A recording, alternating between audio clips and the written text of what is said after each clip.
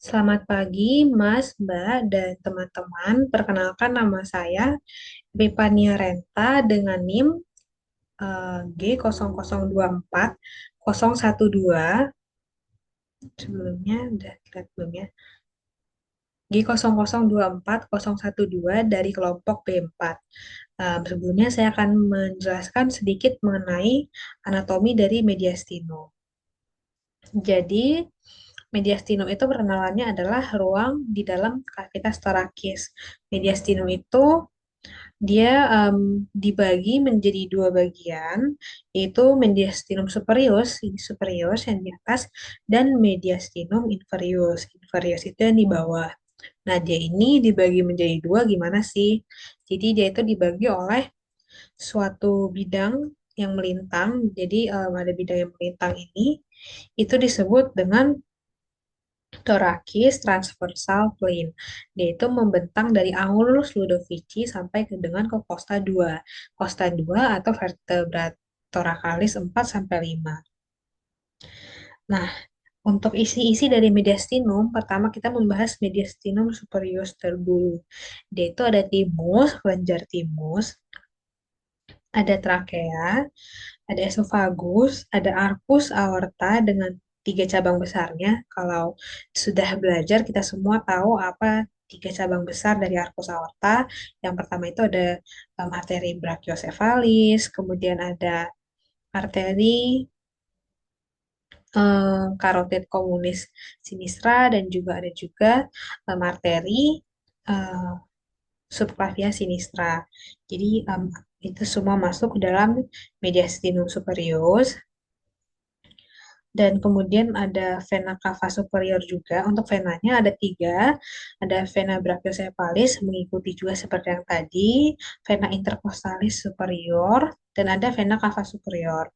Untuk di atas itu ada dua nervus. Ada nervus vagus dan laryngeus recurrens. Jadi kalau nggak tahu laryngeus recurrens itu adalah letak laring yang di atas pita suara. Makanya namanya recurrens. Terus ada ductus thoracicus juga dan ada beberapa struktur-struktur lain seperti nervus-nervus kecil atau pembuluh-pembuluh darah lainnya. Kemudian untuk mediastinum inferior atau yang di bawah itu sebenarnya dibagi lagi menjadi tiga bagian. Ada inferior anterior, ada inferior media, dan ada inferior posterior. Jadi untuk yang inferior anterior itu kan jadi yang di bagian depan.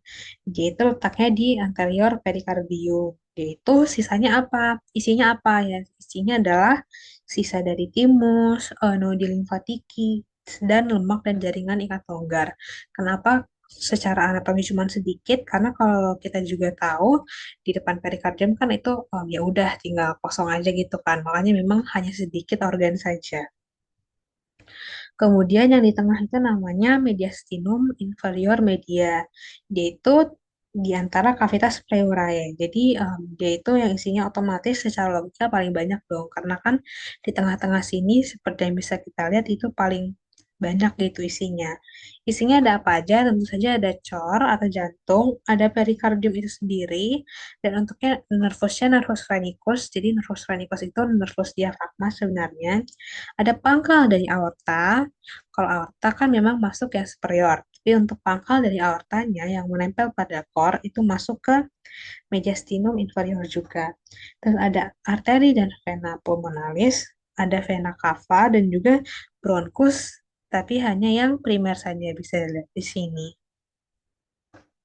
Terus untuk yang mediastinum inferior itu dia terletak di posterior dari perikardium. Jadi kalau sudah mulai mengerti sekarang pembagian tiganya itu satu di depan perikardium, yang satu bagian dari perikardium itu sendiri, dan yang terakhir itu di belakang perikardium.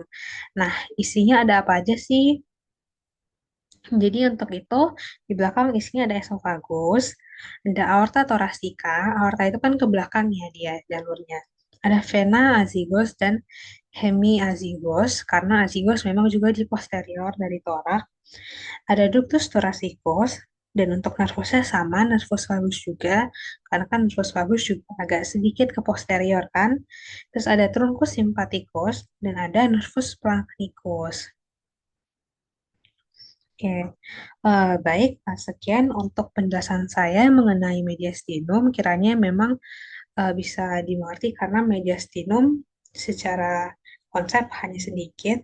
Mungkin ada beberapa hal-hal lain seperti kondisi-kondisi klinis yang dari torak yang kemudian bisa mempengaruhi organ mediastinum kita.